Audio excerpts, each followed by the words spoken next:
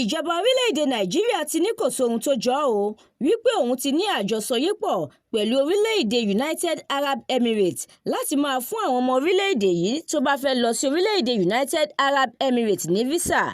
Ṣáájú ni ìròyìn ti kọ́kọ́ gba ìgboro kan pé orílẹ̀-èdè United Arab Emirates ti gbé ẹsẹ̀ kúrò lórí bó ṣe fòfin de àwọn ọmọ orílẹ̀-èdè Nàìjíríà láti má lè lọ sórílẹ̀-èdè náà mọ́. Ìròyìn ọ̀hún ní láti ọjọ́ 4 oṣù kẹta ọdún 2024 lọ ni àwọn ọmọ Nàìjíríà tó bá nífẹ̀ẹ́ sí láti rìnrìn àjò lọ sí United Arab Emirates yóò máa gba nọ́mbà kan lójú òpó ayélujára. Wàyí o, olùbádámọ̀ràn pàtàkì fún ààrẹ Tinubu lórí ọ̀rọ̀ ìròyìn àti ọgbọ́n àtinúdá Báyọ̀ Ọ̀nànúgà ti ní kò sóhun tó jọ ọ́. Ìjọba orílẹ̀-èdè Nàìjíríà kò fìgbà kankan sọ bẹ́ẹ̀.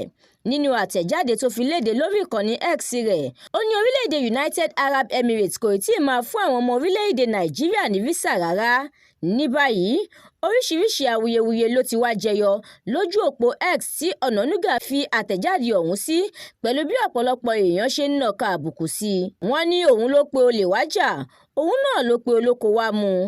Ẹnìkan tórúkọ rẹ̀ ń jẹ́ Amóye for real lójú òpó X ní ó yẹ kí ìjọba orílẹ̀-èdè yìí ṣe ohun tó tọ́ kí wọ́n tó máa gbé ìròyìn jáde. Ó ní kí wọ́n má da àwọn ọmọ orílẹ̀-èdè Nàìjíríà lórí rú. Ẹlòmíì torúkọ tiẹ̀ ń jẹ́ Ọlábọ̀dé Ọlájídé ní níṣe ló yẹ kí wọ́n gba iṣẹ́ lọ́wọ́ Báyọ̀ Ọ̀nànúgà tàbí kí òun gan kọ ìwé fi ipò rẹ̀ sílẹ̀ torí kò kájú òṣùwọ̀n tó. Adúrámọ́mi Balógun ló ṣe òǹgbùfọ̀ ìròyìn yìí láti èdè Gẹ̀ẹ́sì sédè Yorùbá. Èmi Ẹniọlá Sálíù ni mo kà á fún yín láti inú ìwé ìròyìn The Matrix. Ẹ ṣeun.